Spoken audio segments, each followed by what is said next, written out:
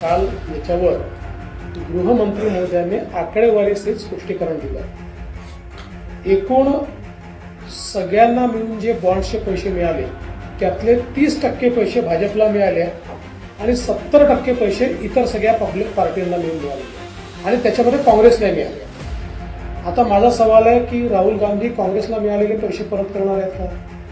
हा पहिला प्रश्न। दुसरी गोष्ट, 30% आम्हाला मिळाले, आम्ही सगळ्यात मोठा पक्ष आहे देशामध्ये। आमचे 303 खासदार आहेत, देशात सर्वात जास्त आमदार आमचे आहेत, 11 कोटी आमचे सदस्य आहेत, तरी आम्ही 30% वर आहोत आणि बाकी सगळे म्हणून 70% वर आहेत। आणि मग हे जे 70% पैसे मिळाले हे कोणाला धमकावून मिळाले?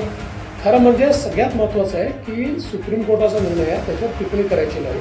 पण एक गोष्ट लक्षात घेतली पाहिजे, जे पैसे बॉन्ड्समध्ये कंपन्यांनी दिले ते त्यांना त्यांचे चेक आरबीआयला देऊन विकत घ्यावे लागतात, त्यामुळे ते अकाउंटेड पैसे आहेत, त्यांच्या बॅलन्स शीटमध्ये ते दाखवावे लागतात, त्यामुळे बॅलन्स शीटमध्ये अकाउंटेड झाले।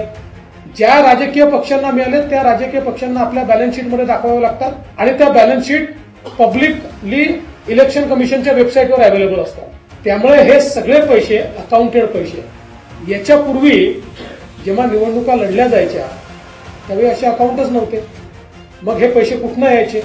आणि म्हणून काल गृहमंत्र्यांनी अतिशय सुंदर सांगितलं की काँग्रेसमध्ये ही पद्धत होती की समजा 1100 रुपये मिळाले तर 100 रुपये पार्टीला द्यायचे आणि 1000 रुपये खिशात टाकायचे, कारण अकाउंटच नव्हता, चेकचा विषयच नव्हता, बॉन्डचा विषयच नव्हता आणि म्हणून त्यांची तडफड जास्त चाललेली आहे। आणि म्हणून या ठिकाणी अशा प्रकारचे वक्तव्य त्यांना, कारण त्यांना संपूर्ण निवडणुका पुन्हा काळ्या पैशाकडे न्यायच्या। हा, बॉन्ड्समध्ये जर काही अडचणी असतील तर कोर्ट सुधारेल, त्याच्यामध्ये कोर्टाचा काही तिथे अवमान करण्याचं कोणाचं कारणच नाही आहे।